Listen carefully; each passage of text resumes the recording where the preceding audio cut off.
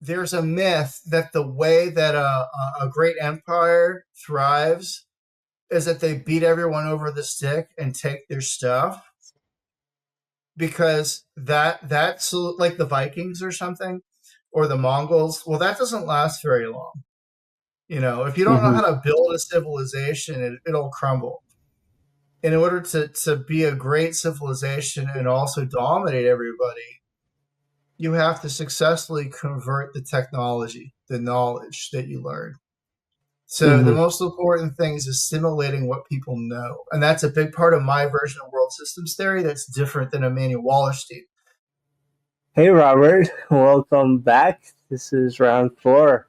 So, you want to get started on telling me the origins of like some political thought and how it's not much different than today, and we can get into that and see where we go from there.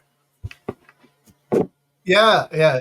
It's always fun to talk, and I thought we've been really kind of picking up steam and getting into deeper and deeper territory. And so, you and I sort of discussed at a certain point we're going to actually have to change format to be able to deliver this more as an educational series, because that's what it's Mhm. turning into. Well, I am a professor and I'm used to lecturing and everything, so I hope it doesn't get too tiresome for anybody. But I can tell you, in the classroom, most students prefer 30 to 45 minutes. After somewhere around 40 to 45 minutes, no matter how interesting the subject is, they're done. And that attention span uh, does get longer as people get older, but Mhm. everybody has their limits. So we're thinking about like sort of repackaging how we do this. But um, Thomas and I had agreed that it would be a good idea to sort of like wrap up what we were talking about before we make any big changes. So to wrap it up, like basically, if you're new to what we've been saying, or if this is your first time tuning in, or if you've been following all along, um, I have a theory about sort of the big picture of world history. That is a new version of Emmanuel Wallerstein's world systems theory. I haven't really picked a strong name for it, but I played around with the idea of calling it integral cycle theory, but maybe just new world systems. Uh, and one of the key facets of it was my argument of the four magisteria, the great magisteria of politics, culture, science, and the techno economy. And those are what you basically call as the largest spheres of sociological activity. So, like Max Weber used to call them social spheres, and he had six. But also, some other great sociological thinkers had different numbers of how many of these. Well, mine is pretty close to the system of the sociologist Pierre Bourdieu, who described four major fields of social capital. And the idea was that um, this is where social stuff takes place. This is where institutions live. There's four big ones, and then there's other smaller ones. Okay, and they're abstract, but they're very real. And the reason why they're very real is they constitute different patterns of fact. What counts as a fact? So science is a type of fact. Politics is a type of fact. Culture is a type of fact, and techno-economic facts are a type of fact. They're the most pure, basic, general social scientific languages that we have. So, like a university could be thought up as made up of these four types of languages. Okay, like the content, like cultural facts live in the humanities, for example, in the arts, right?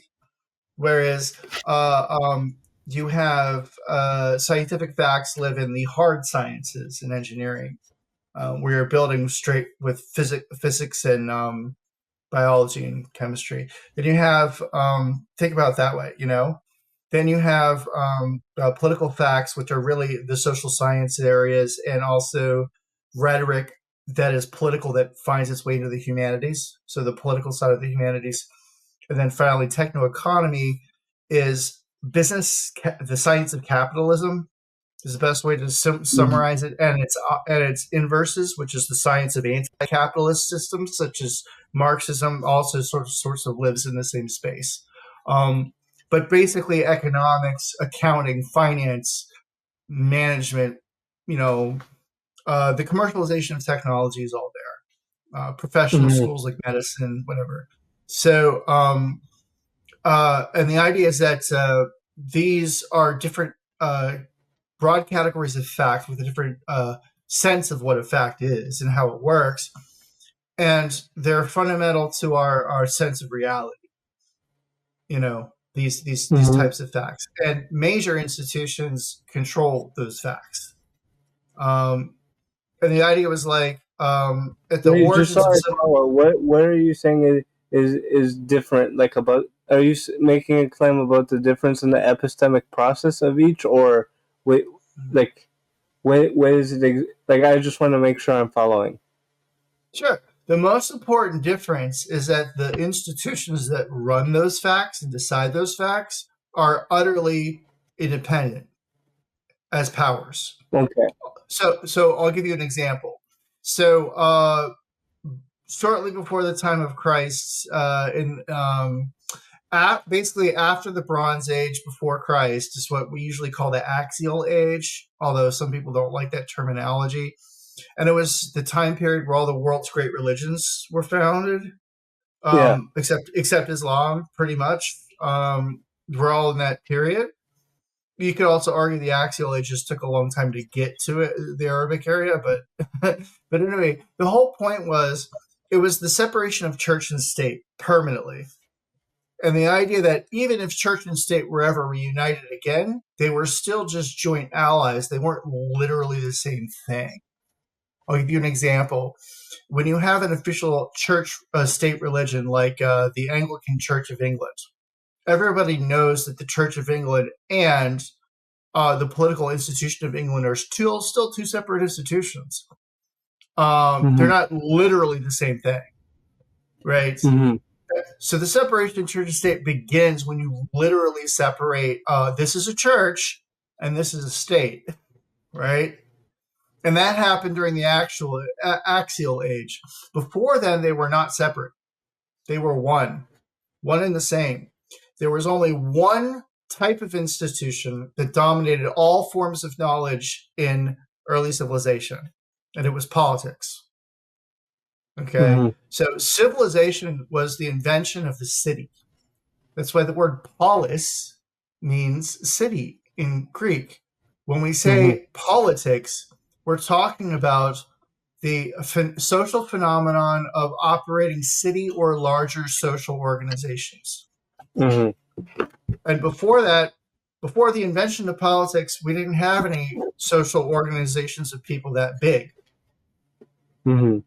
So we had to come up with ways to deal with high-scale groups of people, very large spans and collections of people, especially when you get into multi-city things like ancient Mesopotamia, where you have these city-states, and then you say, okay, but what are we as a people above that, above even the city-state? And that's where they discovered they have a shared language and so forth. But this is the key point. In early civilization, there was no separation of, this is language over here, this is philosophy over here, this is math over here, this is accounting over here. It's not like they're different departments.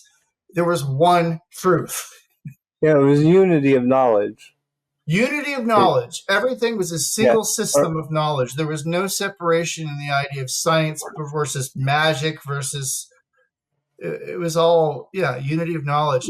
And that was the dawn of civilizations. And then during the Axial Age, we had a split of knowledge, a bifurcation into two formal structures. That was the church and state, or the divine and the mundane, that sort of thing. Okay.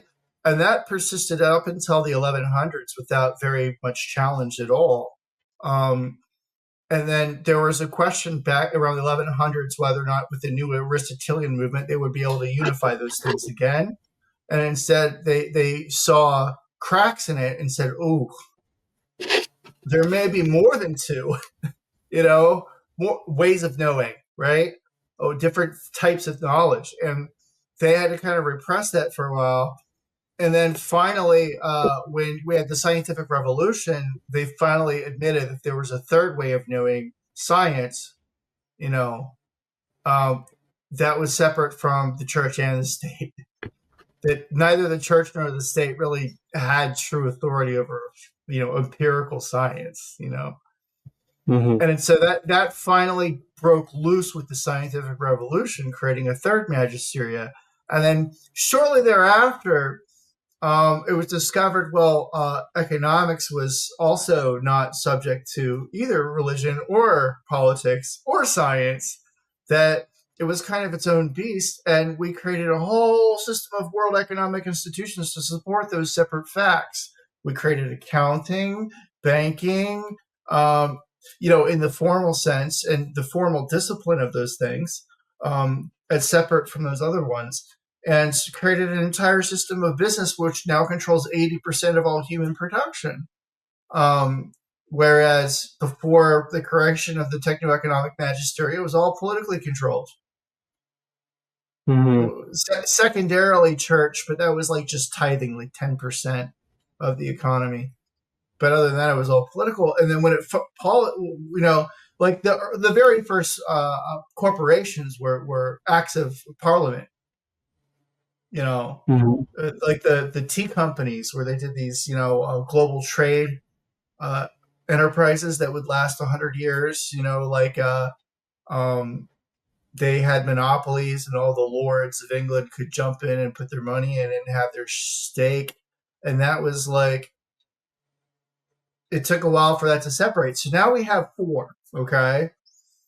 And so what I'm doing is I'm taking us back to the beginning, and let's talk a little bit about like the dawn of the political magistery and how it looks like today, and how it really hasn't changed that much. Mm-hmm. So, have you seen any memes lately of like Donald Trump looking very much like an old redneck? Like just kind of, he's getting shrinking, and he's getting kind of like weaker looking. Yeah, Um, basically. Yeah. Yeah. and he just looks more and more like the old redneck you'd see at the gas station in a rural county, and less like a guy from New York City who was a billionaire Democrat for most of his life. Mm-hmm. But that's what he was for most of his life, was a billionaire Democrat, and he's turning into his base. He's becoming that person in his old age. It's remarkable.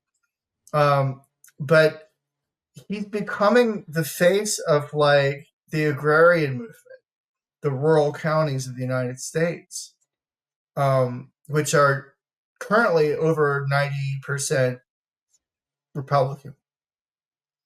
How do you think And that happened?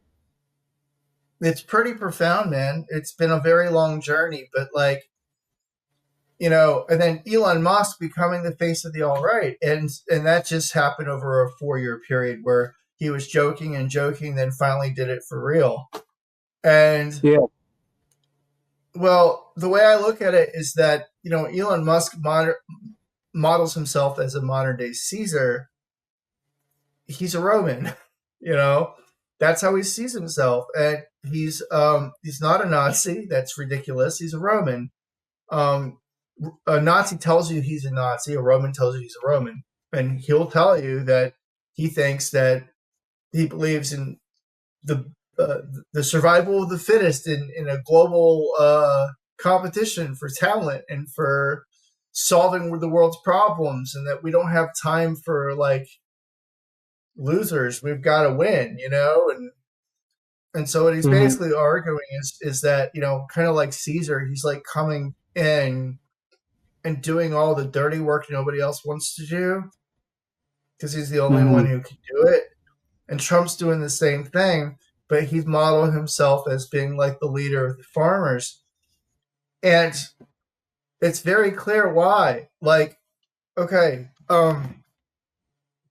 so check this out, man.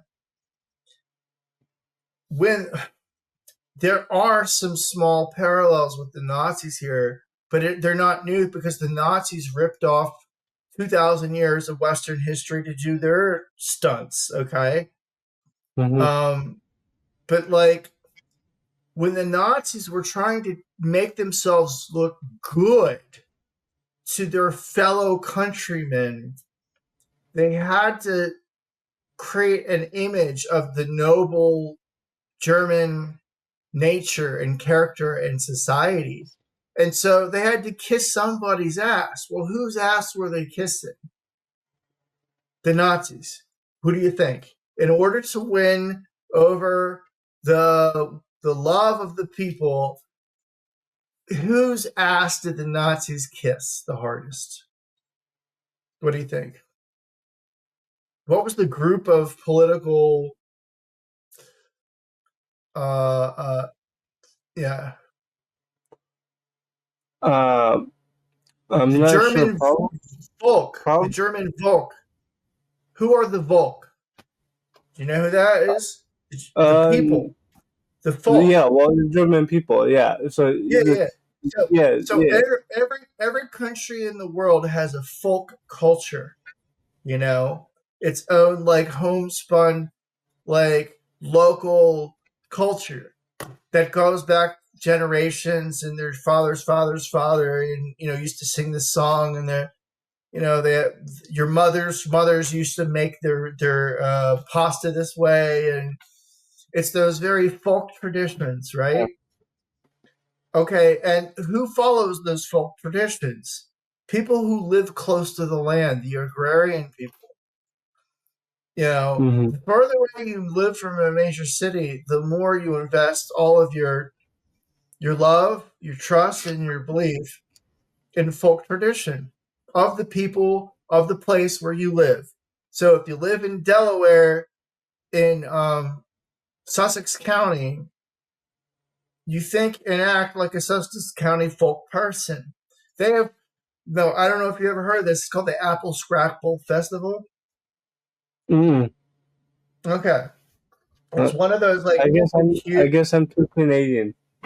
Yeah, well, a lot of Americans haven't even heard of it. So, but the thing is, it's one of the biggest, like cheesy folk festivals in the United States. Although every state in the United States has its own folk festivals, and I know Canada does too. Mm-hmm. You know, yeah. Are you aware? Have you ever been to a folk festival in Canada? Maybe like one, not really. I don't think so. Maybe like when I was really young, I've been like through one or something. But yeah, not that I can really remember. Yeah, the folk festivals are when you see people. Like if you're from the city, you'll see people you've never seen in your life.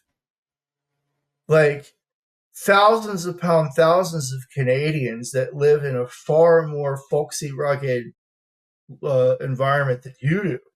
You know, like the salt of the earth of Canada. Come out of the woodworks for a folk festival. You know, and in the United States, it's the same way. So, like, we have one in Delaware, land of Joe Biden. If you go in the northern part, it's a small little city, but in the northern part, it looks very urban. It looks like it's an extension of Philadelphia. Like you barely even notice you're not in Philadelphia. Like, oh, this is Delaware. That's it. It's just like a suburb of Philly. Okay, Mm-hmm. and then the southern half of it is like redneck country, and there's a canal that runs through the two.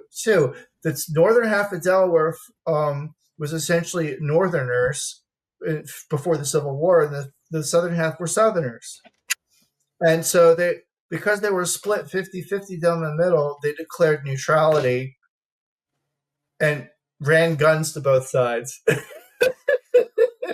Mm-hmm. That's what Delaware was famous for from the American Civil War, is they were the rich little tiny colony where nobody really think, why did they even get to be a colony? They're like nobody. And we were the gunpowder colony. That was our claim to fame. We made the gunpowder for the entirety of the United States. We had a monopoly on gunpowder manufacture. We made Mm-hmm. like 95% of it. And so during the Civil War, we ran guns to both sides because both sides had to buy our gunpowder. So we declared neutrality. And that's the land Hmm. of Joe Biden. Okay. I want people who don't understand Joe Biden to understand that's the state that he was representing for like 40 years. Okay. It's where 40% of all Fortune 500s have a mailbox and call it their headquarters so they can dodge taxes and use our court system, which is the most business friendly court state in the entire country. So they just put their mailbox in Delaware and poof, they get to use our lawyers and our judges and it's an old Hmm. boys club, right? That's the land of Joe Biden. Well, in the southern half of that land is the Apple Scrapple Festival. And you have 30, 40, 50,000 people from just totally, you'd never see these people in an urban environment. And you're like, oh my God, there's that many of them? Like, there's that many like rural Republicans living in a time warp from like 30, 40, 50, 100 years ago that they all come out for these special festivals. And one of them in Delaware is Apple Scrapple, and another one is the pumpkin chunkin, where they actually have a contest to see how they build these giant trebuchets and see how far they can throw pumpkins, and then they establish the world sport of pumpkin launching. Okay. Yeah, so that's in Delaware too. So we have several of these So wild that's folk basically like festivals. some like carnival or like sideshow for like a circus or something, or like who sets these up? Like, what's the how do they come Oh, about? Or teams from all around the world can compete. Anyone can enter. Like the idea is it's an open contest, sort of like a car race where you build your own car and then race it. Okay. So it's one of these special festivals where teams come from around the world and they try to build the largest pumpkin throwing devices. yeah, And try to I'm set just wondering, like, records. is it like organic, or are there like different I don't know, organizations like promoting this sort of stuff? Like, I'm kind of Oh well, ignorant. well, it's just sort of like a year by year basis. So I don't. I think they even canceled it. I don't even think they're doing it anymore because they ran into like insurance issues. Like they were afraid that like it was just getting too expensive to insure the event, something like that. Mhm. But the whole point I'm making is that I used to go to I've gone to a lot of different these sort of folk events. These are the folk. These are the American folk. These are the people voting for Trump. They're the people who show up for state and county fairs. They're the people who show up. They'll drive 5 hours just to go to the casino and then go back home. And they'll live in the mountains of the United States. Okay. We have millions upon millions of people living in the middle of nowhere who come out. They go to festivals. They go to major events. They visit cities a few times in their life. Like a few Yeah, times in their life did they go to a place like Toronto, like, oh, that's yeah, the big city. I mean, that's like I've only been there 3 times in my life. And that's the whole yeah. thing is these are the people that Nazis had to suck up to in order to like convince everybody that they were the great people. Why? The Nazis approach is different than the Trump approach. The Nazi approach was the belief that they needed to prove that if they were white supremacists, that their folk were the greatest folk of any folk on earth. So Hmm. compared to the American redneck, they were geniuses, right? So this is the key. You have a genuine supremacist movement when the leaders are trying to convince you that nobodies, like the very nobody people in the rural parts of your country, are better than 200 other countries' rural people. They're the best Hmm. rural people on earth. Okay. Um, because once they start talking in that sort of tone, then they can basically argue that they are supreme in every social class.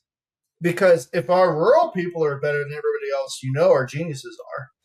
Right. So that's what the Nazis tried to do is they tried to convince even the German folk that they were the best folk on earth and that everybody else would dare be as amazing as the German rednecks.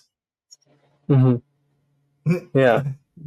that's So that's how does that compare? Like, can you expand more on how that compares to like Trump's completely different strategy, but is often confused as being Nazi-ish, even though it's not really? Can you break that down? yeah. So when Trump talks about making America great again, um, he does not talk about genetics. He does Mm-hmm. not talk about biological greatness. He doesn't talk about Aryan myths of supremacy. Mm-hmm. He doesn't talk about any of that. He loves to use superlatives like great, wonderful, amazing, tremendous, especially tremendous. It's like his favorite word.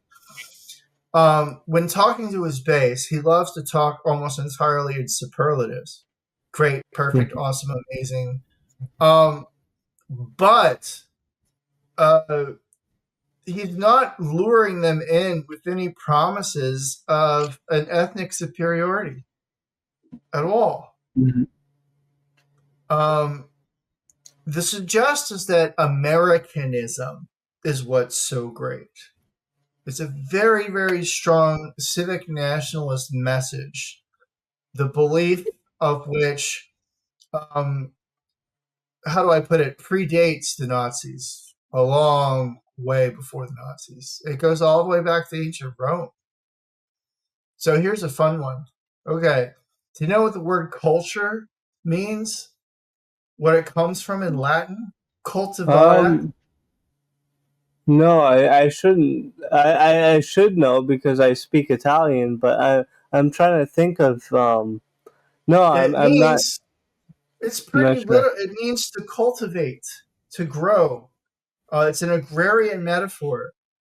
Culture was a term that was popularized by Cicero, the great Roman orator. And Okay, I can see a similar etymology, like cruciato would be grown in Italian. Okay, I see. Yeah. yeah, it's an agrarian myth. And why do the Italians always glorify their food? Uh, because It's a culture and they fascist. grow it. It's a fascist argument. It is the argument that we have the best folk in the world. The Mm-hmm. Italian culture, the Italian folk is supreme. Everybody else wishes they were us. Why? Because it all starts with our food and our women and our music and our athleticism, but it's all But folk. Folk. I thought Mussolini was a little bit more open minded on being less like ethnocentric. He was like kind of skeptical of the whole. Um, is that not true? Or I think He slid. he He well again. He played around with the idea of it being a eugenic argument about it being purely ethnocentric, but he ended up coming to the conclusion that Italy was a blend of so many different ethnic backgrounds that you couldn't mhm. really call ethnicity the solution.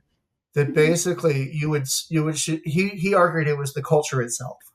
It was, and Rome was a big part of it. He argued that Rome had established something that was extended into the modern times, and that his regime was like following up on Rome, which is why the Germans needed to like seize control of it to say, oh, that's us. We're actually the real Romans or something. But so the whole point was like Mussolini definitely played around with eugenics, but he ultimately came to the conclusion that he said the most important part of what made Italy special was its culture. And as I said, The software more than the hardware.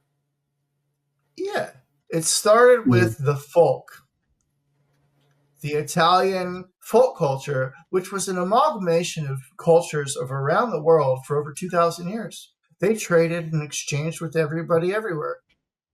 Okay. Mhm. Um, they intermixed their Mediterranean ideas and beliefs with the Greeks, with the Egyptians, with the North Africans, with the Carthaginians. Um, there was no sense that Rome was a pure invention of its own.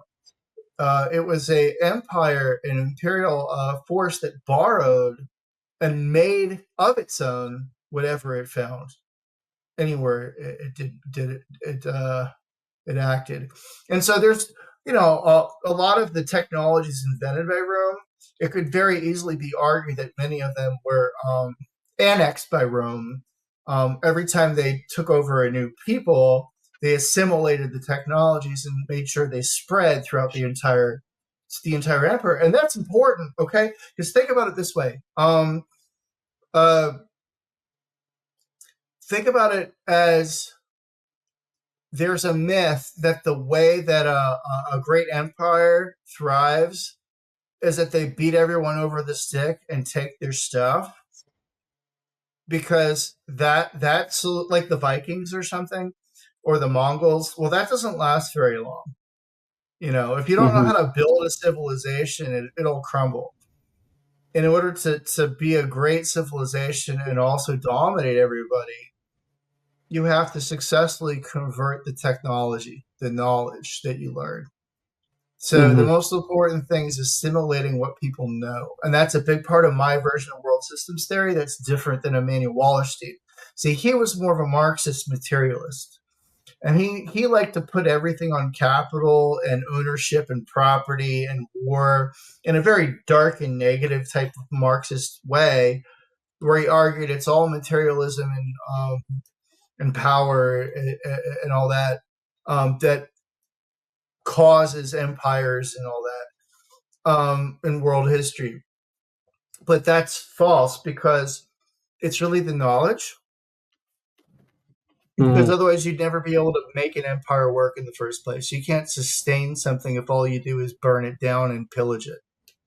You know. Yeah. So So the is it idea knowledge the idea than was that yeah, Elon Musk thinks like that. You see, Elon Musk believes that civic nationalism will drive a techno-economic society.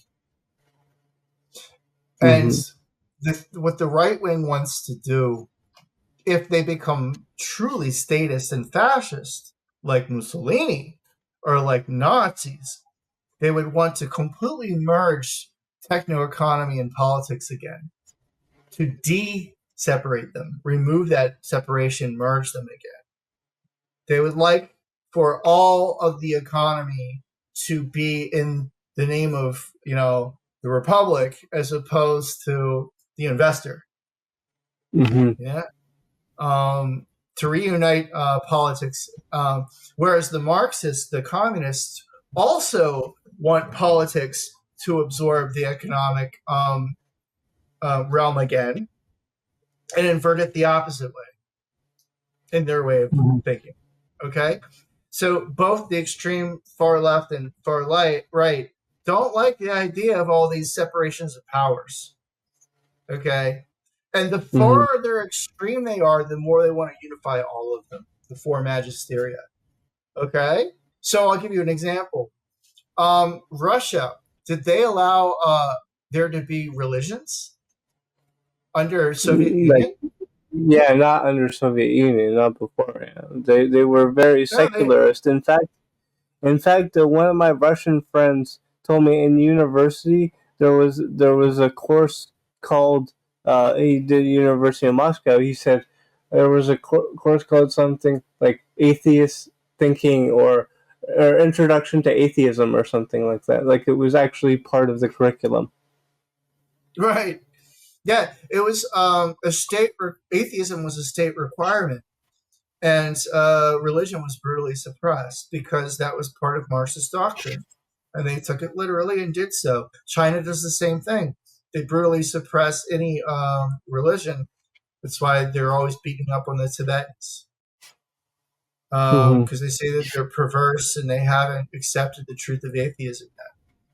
So, so the thing is, like, what is that? It's saying there shall not. We're not going to allow this other magisteria to have power. There's no separate way of knowing. You can't know things through religion. You have to know things through the Communist Party. It's the only way of knowing anything. Well, gee.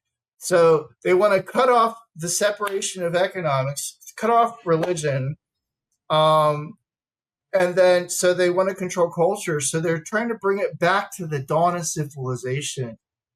They're trying to bring us all the way back to the one Magisteria system of politics only.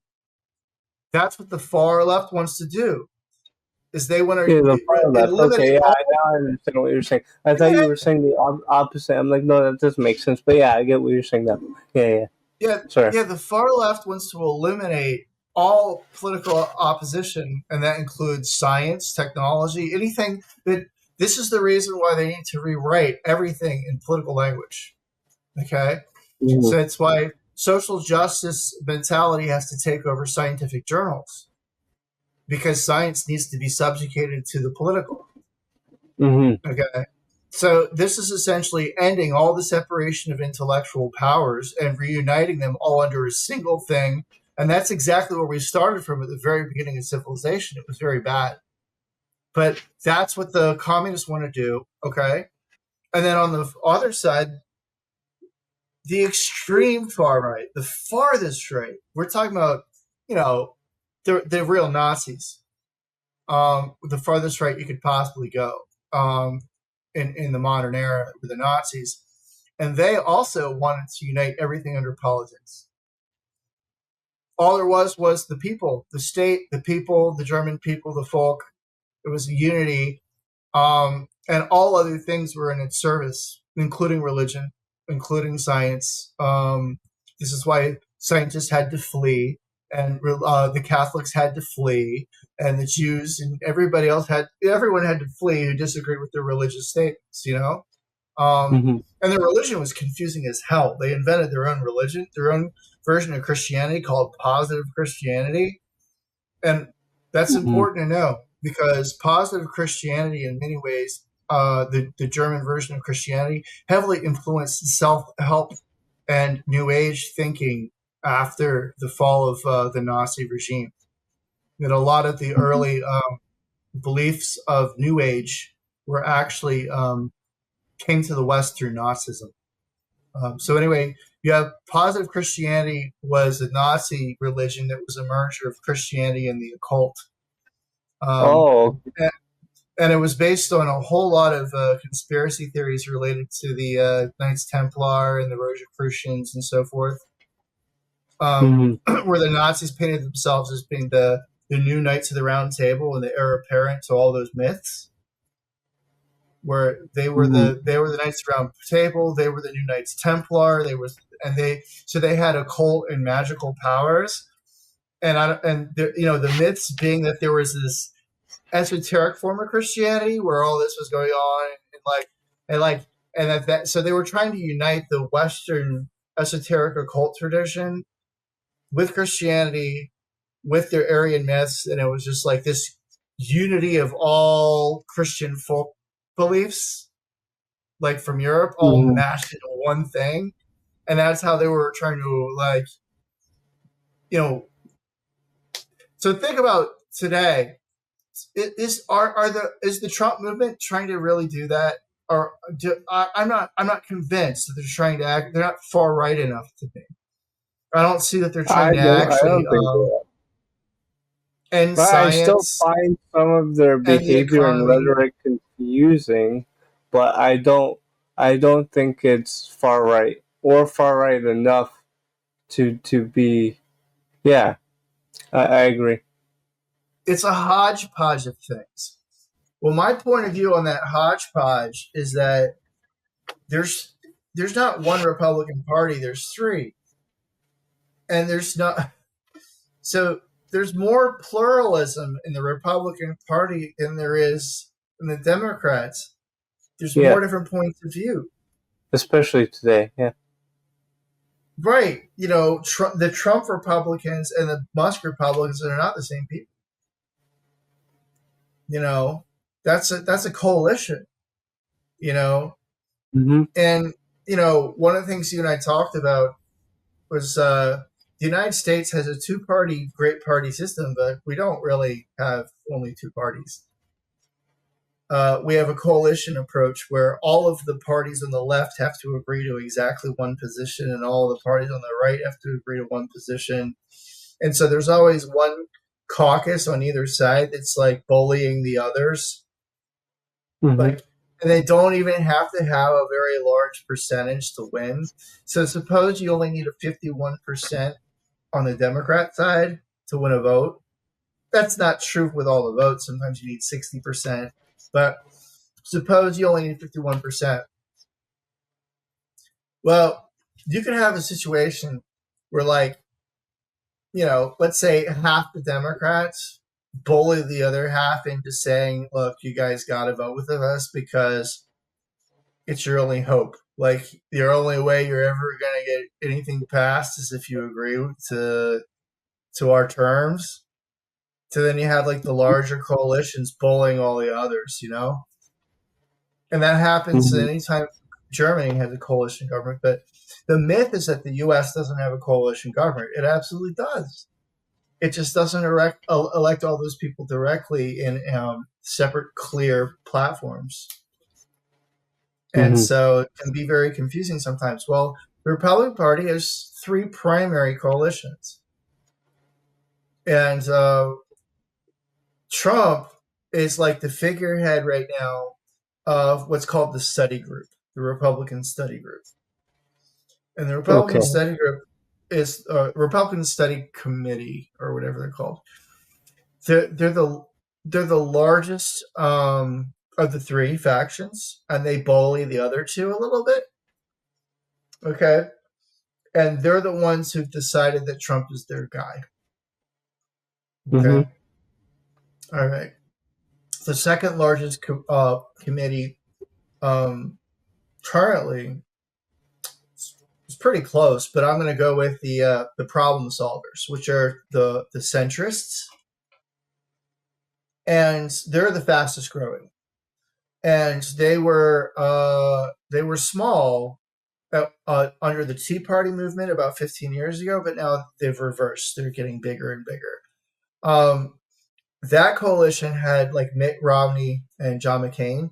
You might recognize those names. Yeah, of course. Of course. Because they both run for president in the past.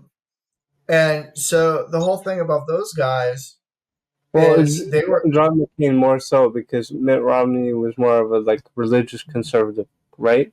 Or was he very centrist in his approach to some? I'm kind of ignorant to his positions. Romney Maybe is I buy very into the left wing propaganda that says he's just a religious nut, but I well. He's just a like to be Mormon. clear on that.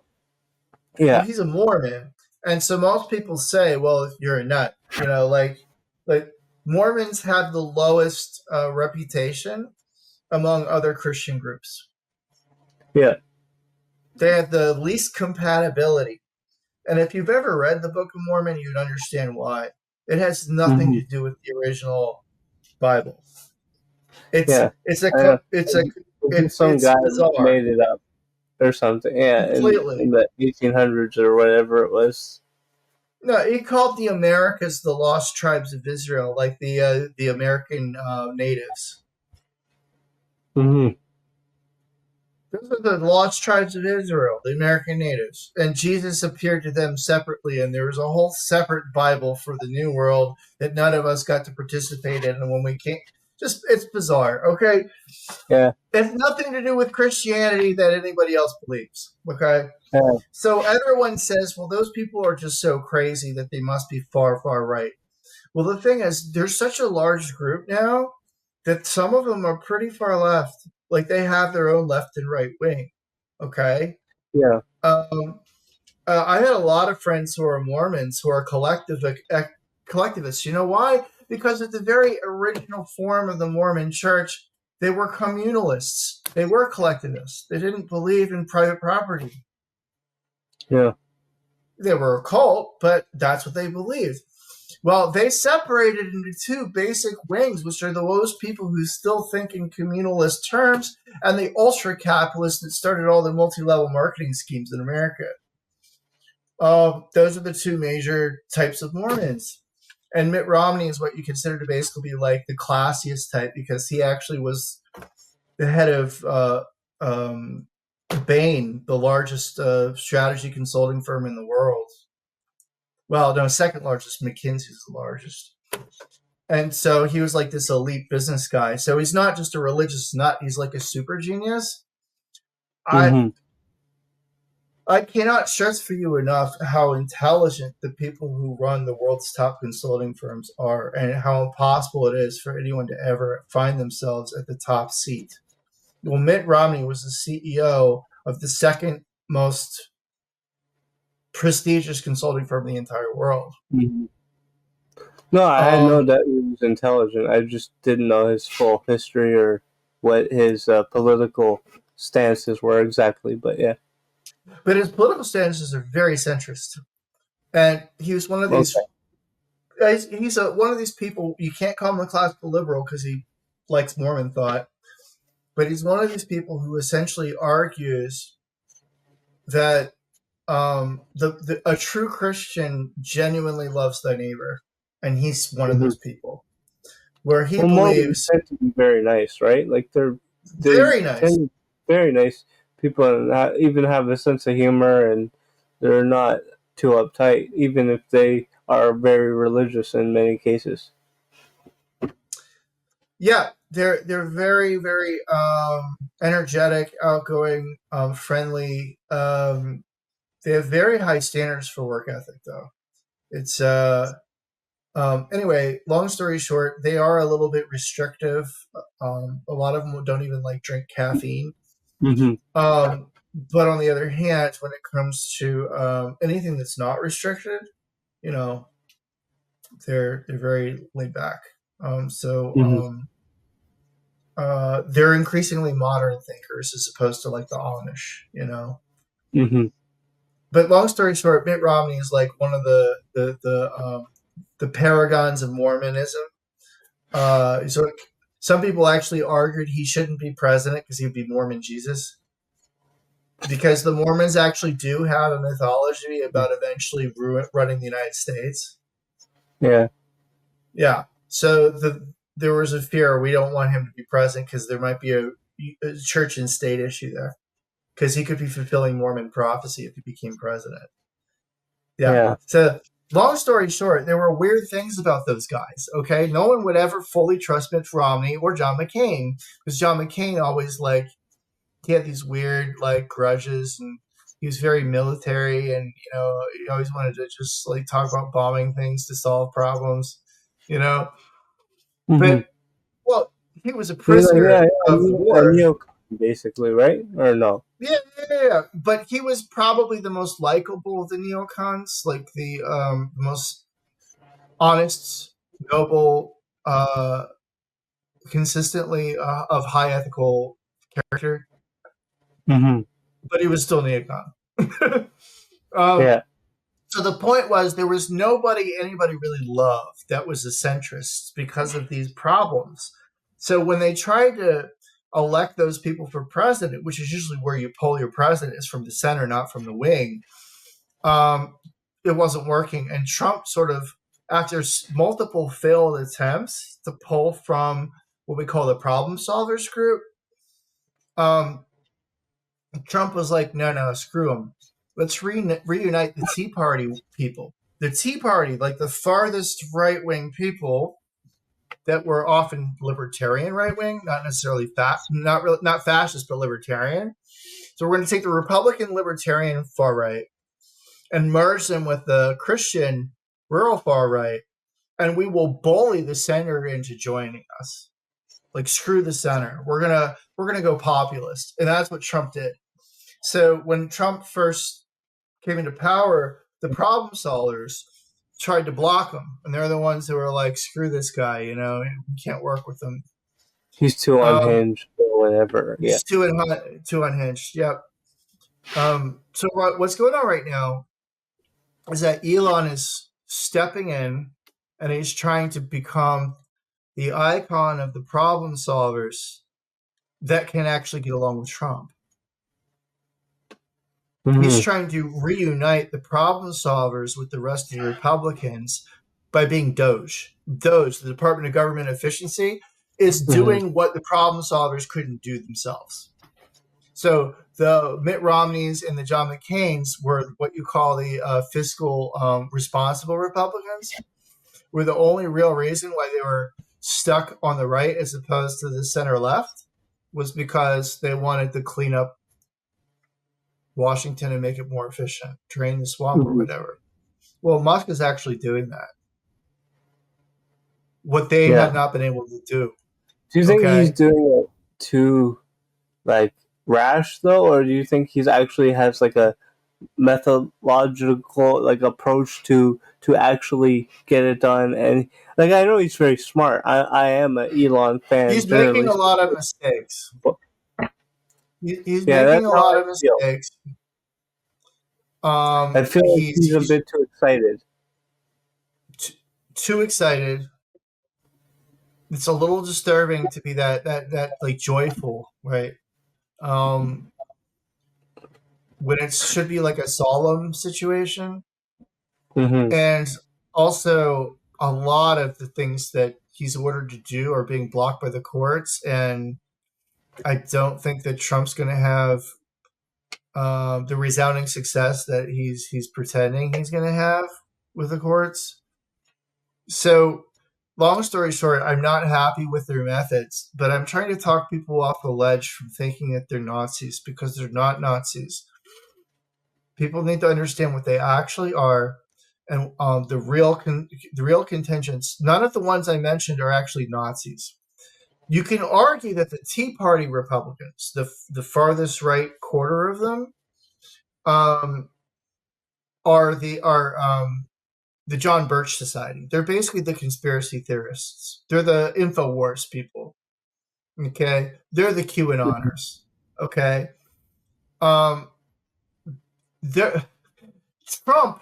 This is the thing that everyone gets wrong. Trump was not a QAnoner. Okay. No, it was like some Japanese guy in the Philippines or something like that, catfishing America. Oh no, it's a very complicated situation because there's several people who contributed to it to get it started. But my point was there were several million Americans who fully joined it, like it was their Oh, community. I see what you're talking about. Okay, Okay, so, yeah, like I they didn't mean to joined it. sidetrack with that thought, but yeah, I see what you're Okay, saying. Yeah. and it included politicians like Marjorie Taylor Greene. Okay, Yeah. those were the Tea Partiers. Like a lot of the Tea Partiers joined the QAnon movement. This was not the Trump's Christian evangelical Republican group. Why do you Major think? difference because they were always into conspiracy theories. That's what they do. Okay. Okay, so Yeah. the far right Republicans in the United States have been operating since the dawn of this country, since the very beginning of it, as ruling their people, their rural counties, ruling those parts of the U.S. country with conspiracies and extreme beliefs and teaching teaching they're propagandists. They know they're propagandists. That's what it's Mhm. like. A lot of them are like evangelical preachers of the far right, like the most wacky versions of evangelical belief. And those people make up stuff like you've ever heard this, the 700 Club. No, I don't think I had. At least not offhand though. Is it? Okay, Okay, go break it in the down for me. 1980s and the 1990s, there were some really wacky Christian cults that were on American television, Hmm. and they had shows on American networks where they would ask people to pray, to send in money. They would claim to speak to God. Uh, they would claim Like to the be seed thing, right? prophets. They were TV prophets, okay, of the Christian far right, and they Yeah. knew they were making crap up, but they were And they manipulating. had private jets and stuff, and oh, just give me money and we'll make you better. We'll send you some liquid or uh, Right, televangelist type stuff. Yeah. right. The televangelist. That's right. That is the type of people we're talking about. The same Americans who would watch televangelists and be duped into sending money to have their brother blessed or demons exorcised are the same people who believe in a lot of the wackiest conspiracy theories on the internet.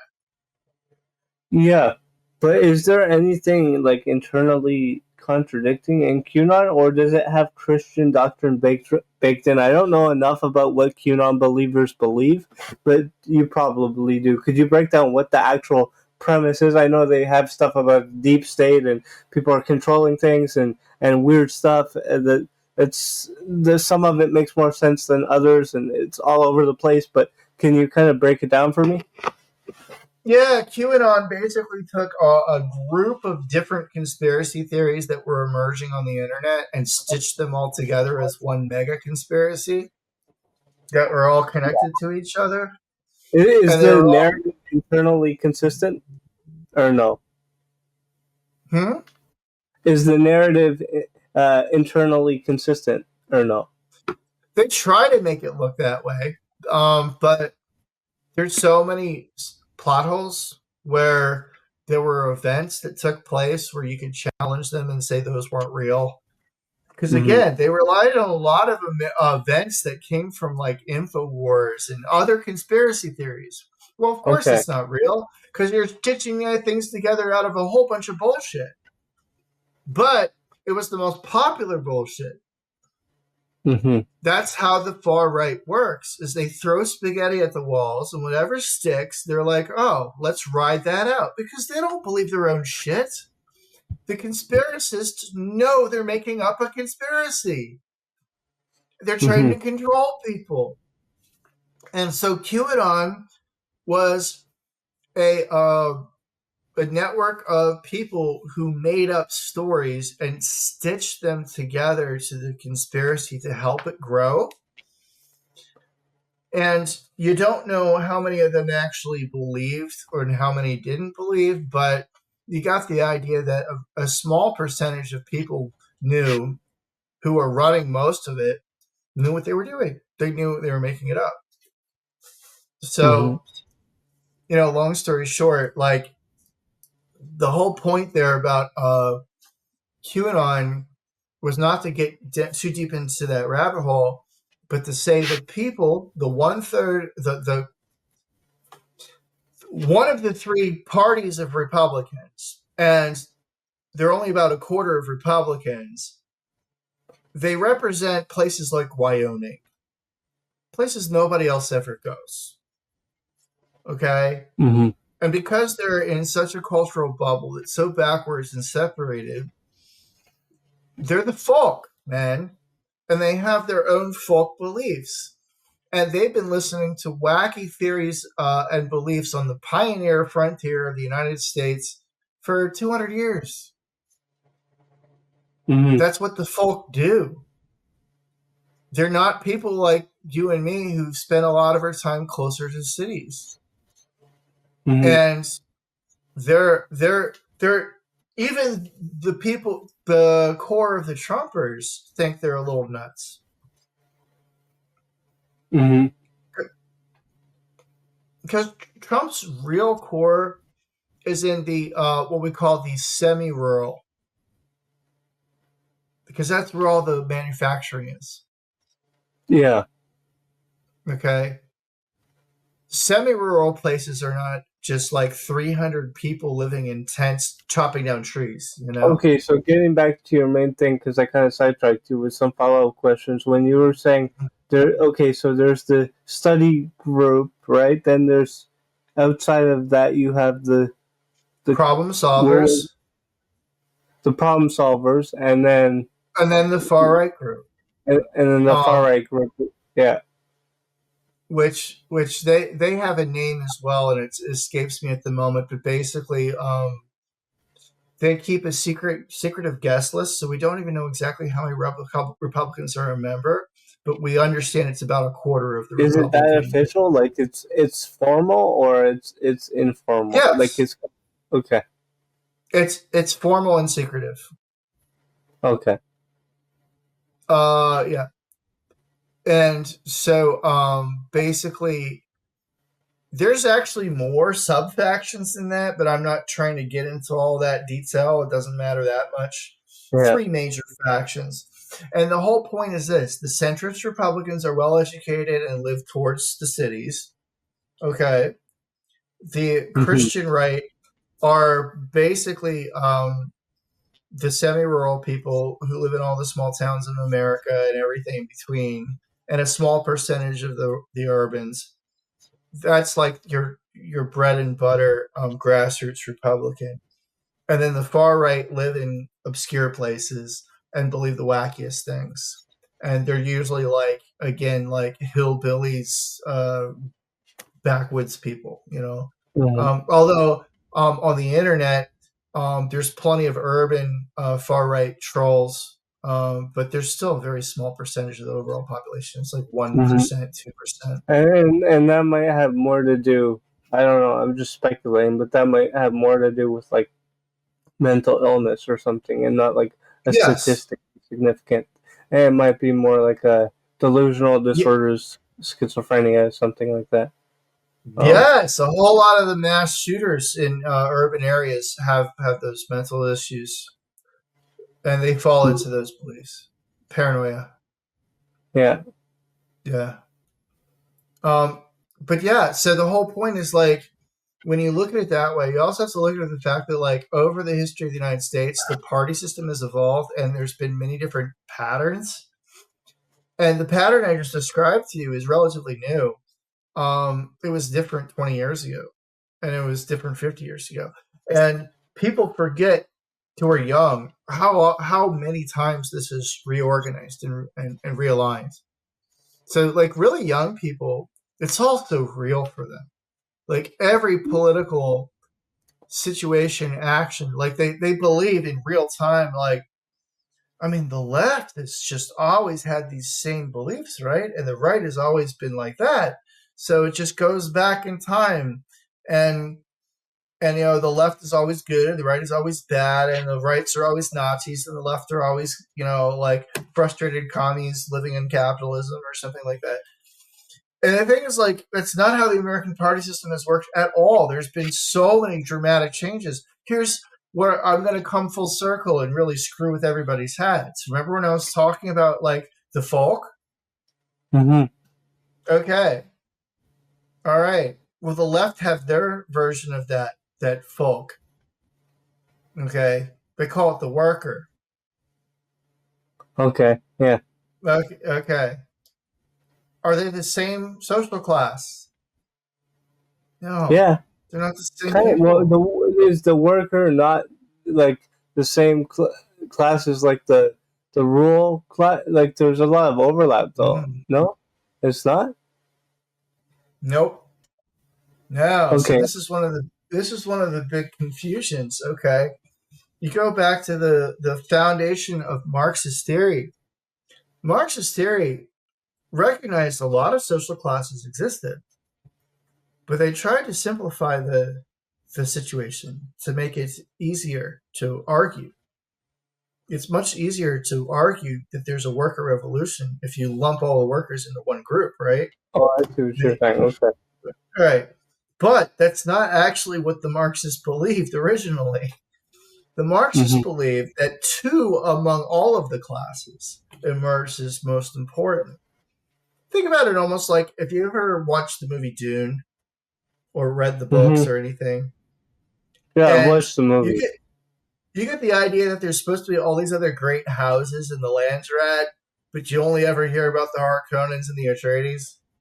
Hmm. Like you never get to hear about all those other houses. Hmm. Um, that's sort of like what this is like. So in Marxism, there's like all these other social classes that they never discuss. And there's only two important ones, and they're both new. They were created by the Industrial Revolution: the proletariat and the bourgeoisie. And neither of them were ancient social classes. Okay. So the Hmm. argument was that the two new classes of the industrial era were the bourgeoisie and the proletariat, and they take center stage because industry is more powerful than everything that came before.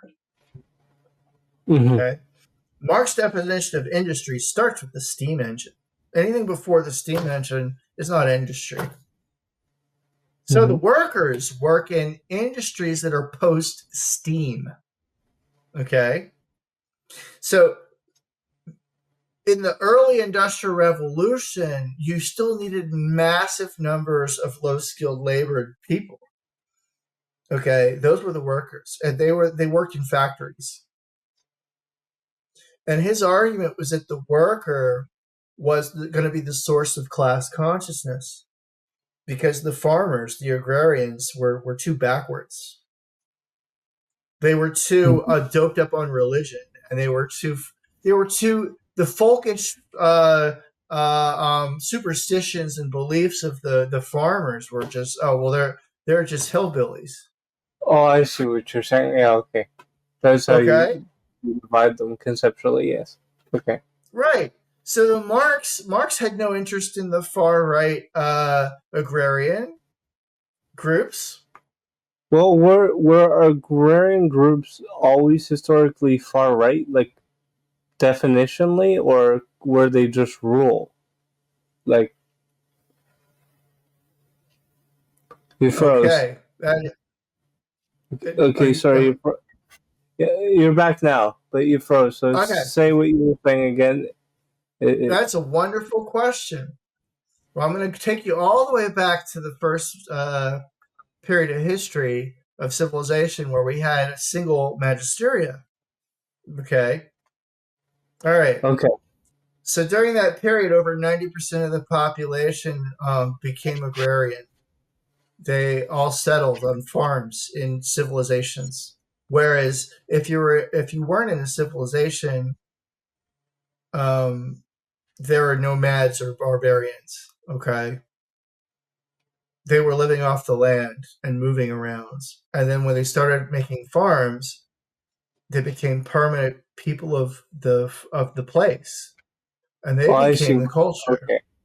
Mm-hmm. Right, right. So they became the people. Okay. All right. So they were the original political base for an empire.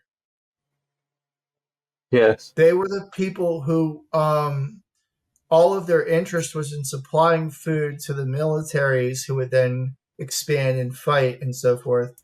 And they needed to believe that they were really part of the correct civilization, that they were the good guys, they were the folk. So the short answer is before we had a left and a right, yeah, you could Mm-hmm. argue in a certain sort of sense that the agrarian folk were always aligned with the warriors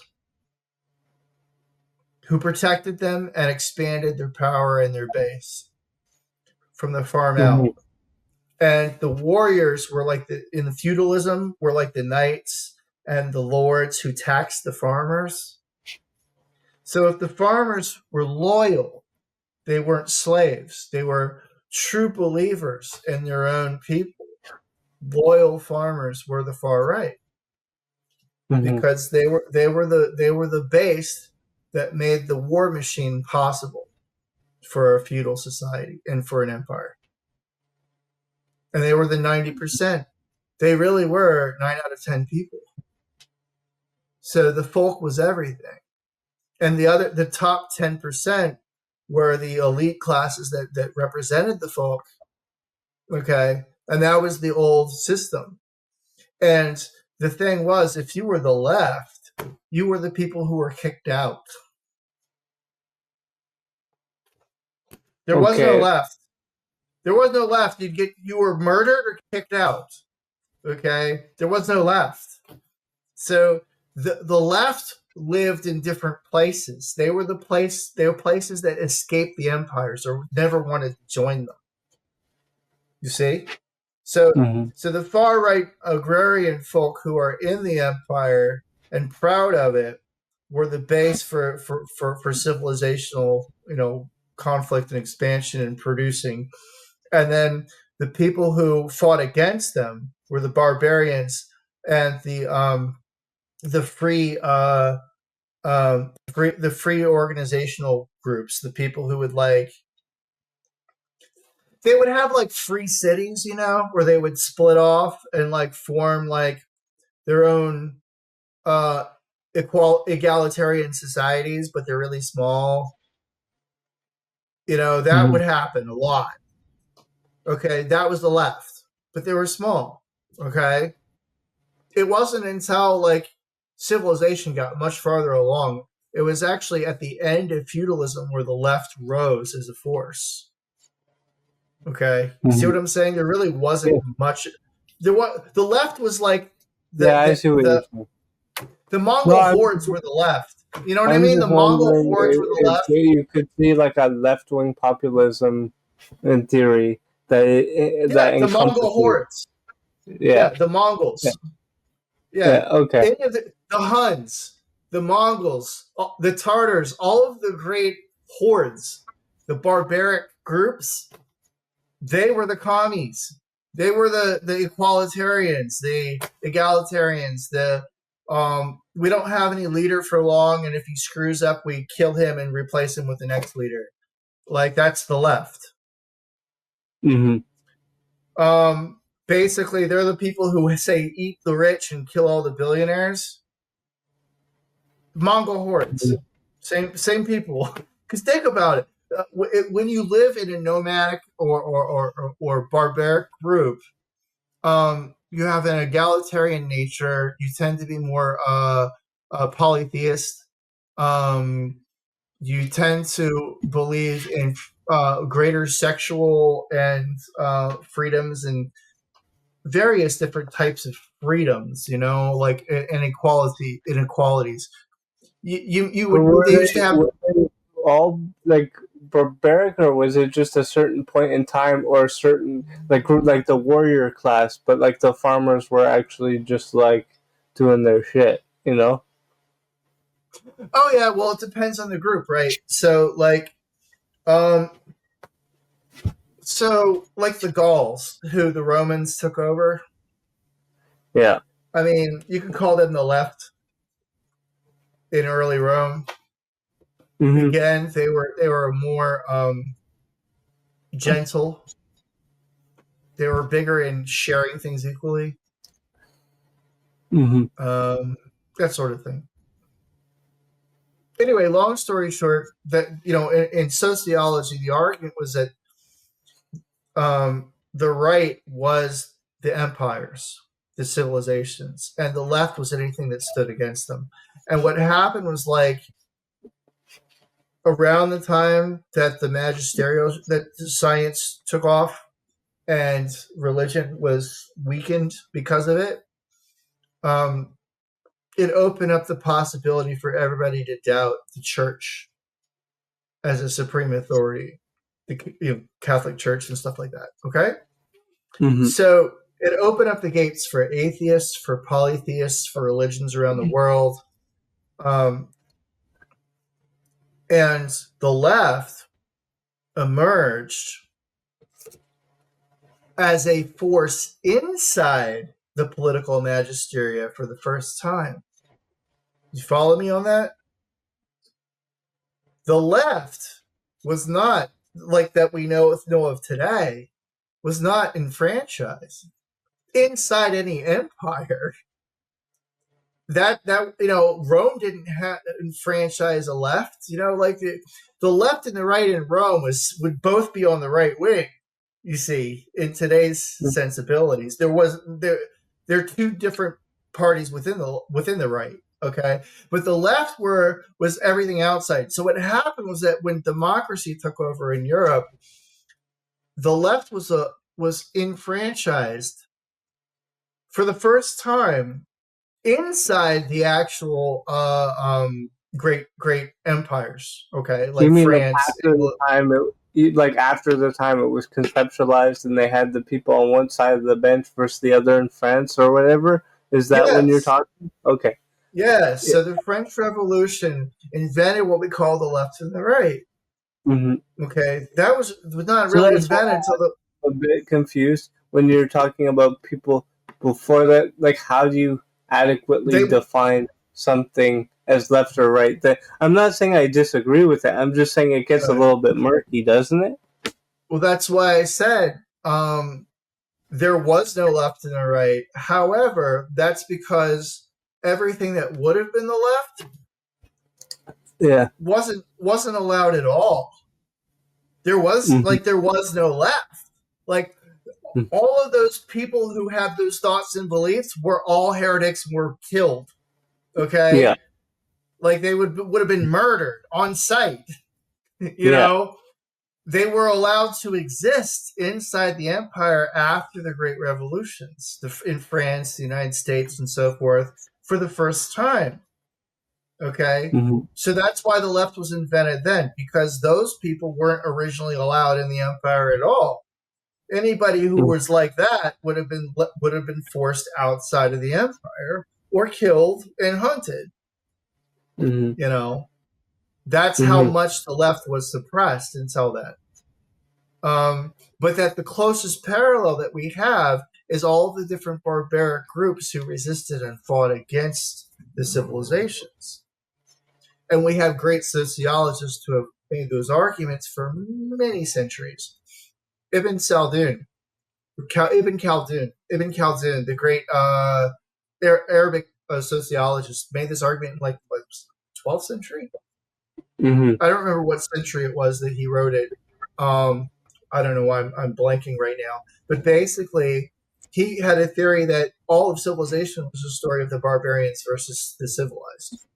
Mm-hmm. And that there was a cycle of the barbarians eventually have to take over, knock down the gates to refresh the empire, and it's rejuvenated and stuff. But then they can't run Doesn't it. it become like a definitional problem? Like it's hard to Yeah. define group versus the other. Like it can be hard because it can alternate throughout history, or even from one year to the next. Like can't that kind of thing like vary significantly? Like which group you call the barbarians or not?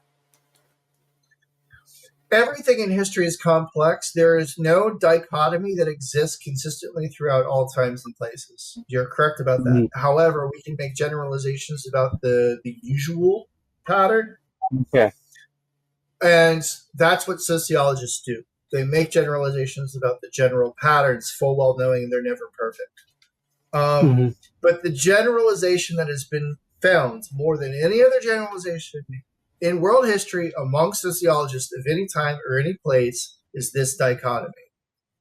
Mm-hmm. The civilized versus the barbaric, the weird people on the outside. And how do we define the civilized versus the barbaric?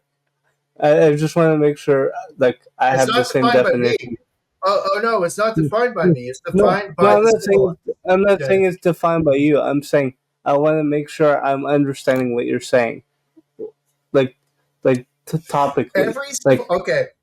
Every civilization that has ever existed has their own doctrine, their own theory of their civilization. Like the Chinese are the Chinese, the Romans are the Romans, the Greeks are the Greeks, and it's all written down. They told us. So I'm just saying. So what I'm saying is every single great civilization has their own definition of the barbarians versus them. Yeah. Every single one. Therefore, it's universal.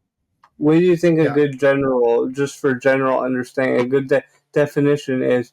Like, are we talking about a class difference or a technological difference, or like what is the main, like what is separate, or just behaviorally how aggressive they are versus in history, sophisticated? Yeah, in history, the divine, the chosen people.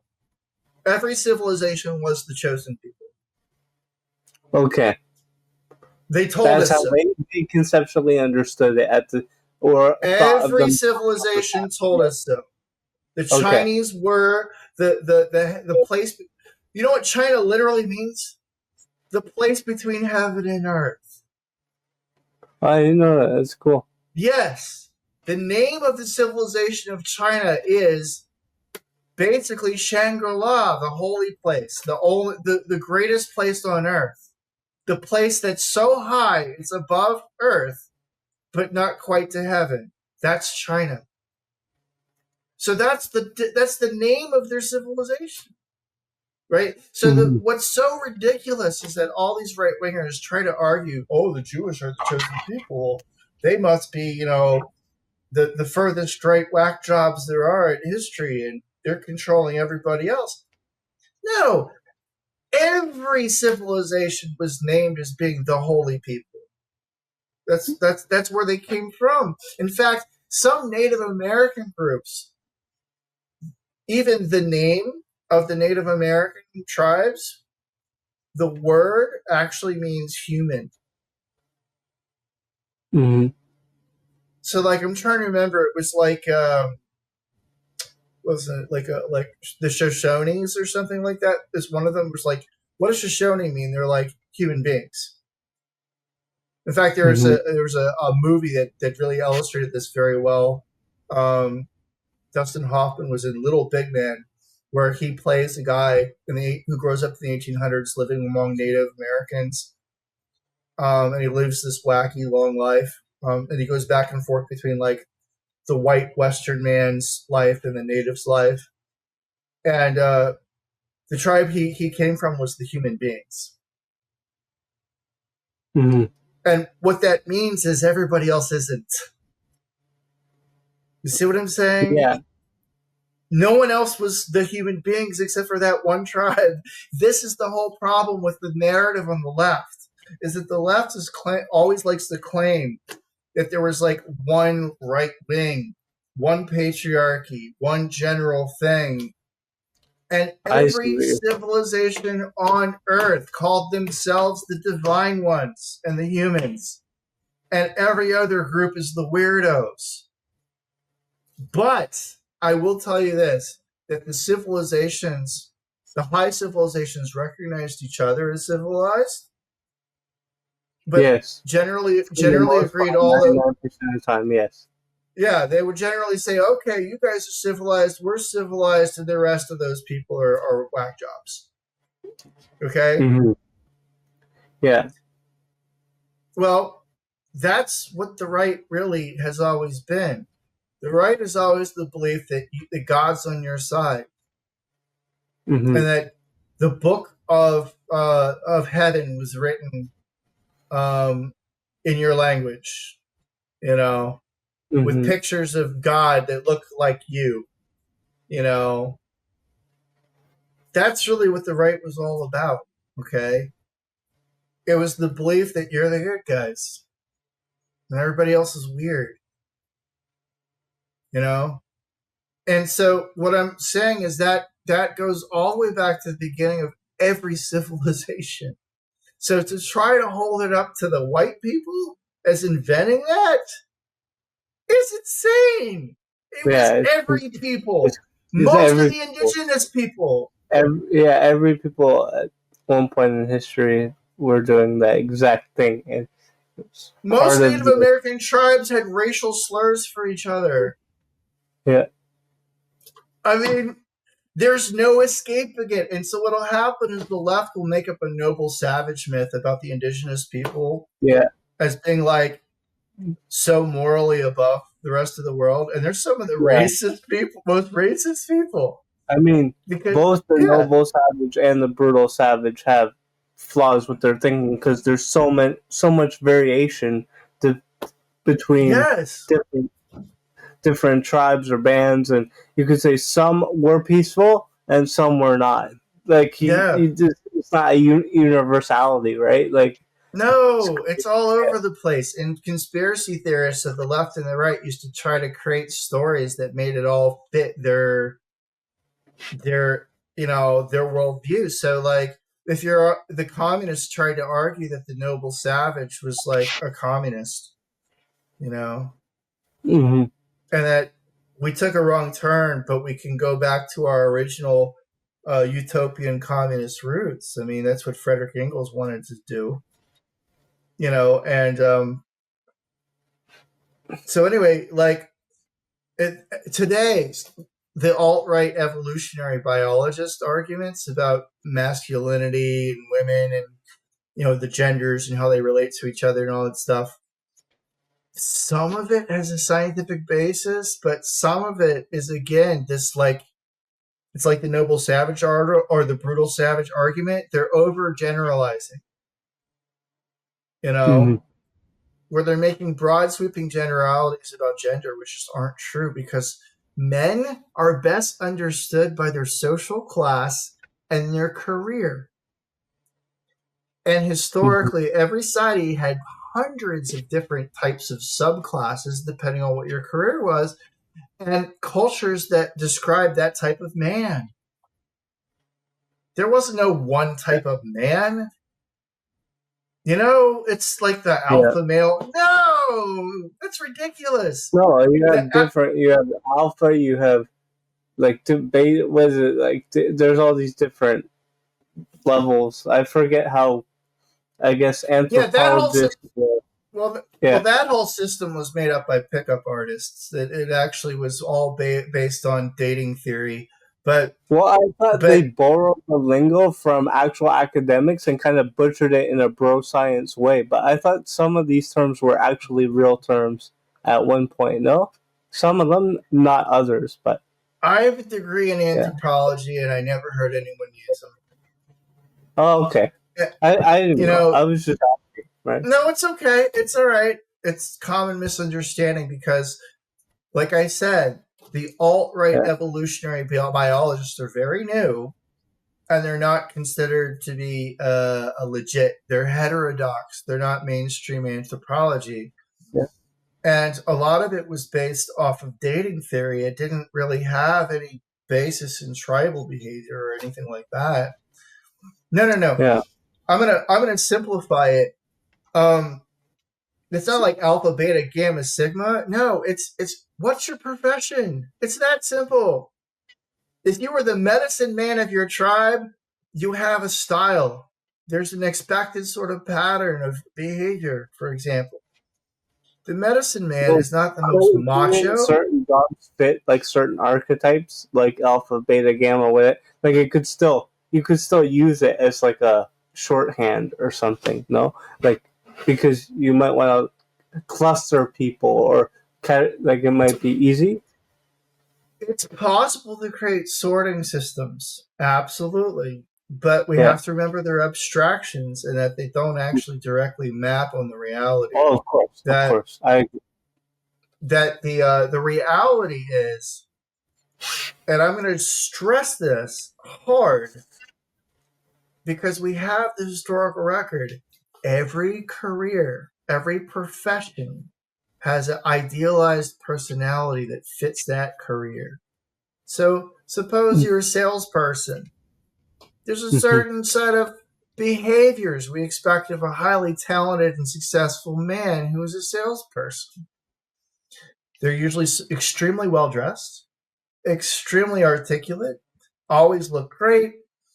They have infinite amount of patience with talking with people. They try to win everybody over. It's a sales guy, right? That's the Yeah. type of male behavior. Some guys don't talk at all. Some guys don't dress. They're still masculine. There's Hmm. there's a variety of different styles of Oh, masculinity, of course. I agree. and each one of them fits your career, and your social class. So the Marxists, remember, they made up Mhm. the worker because they wanted to mythologize like one standard like type of ethos, as if there was only one social class at the bottom. But they really didn't accept all the different social classes. They just took one of them, the worker, in manufacturing, and put them at the center of all working people. Why? Again, Marx argued that they would develop class consciousness and would lead the rest of the working peoples, um, and they were the proletariat. Okay, that's what he called them. Then on Mhm. the other side, you had, instead of the proletariat, you had the bourgeoisie. They were not all rich people. They were not all upper class people. They were the ones who were specifically But the they had a investors in certain entrepreneurial etiquette that projects. they spoke, or you froze or something. Yes, Oh, yes, they excuse me. were a social class. So the whole point is Uh, they have their there's own. there's some lag. Let it just readjust for a second, and then Okay. start talking again. Okay, are you back? Yep, I'm still here. Okay, good. All right, keep going. Sorry about that. Yeah, so the bourgeoisie were not all rich people, but of course, young people today don't even understand this. The aristocracy were still more powerful, but the belief was the bourgeoisie were going to overtake the aristocracy by the time Marx was dead. That they were going to, the world belonged to them because capital investments were going to seize power, and he was right.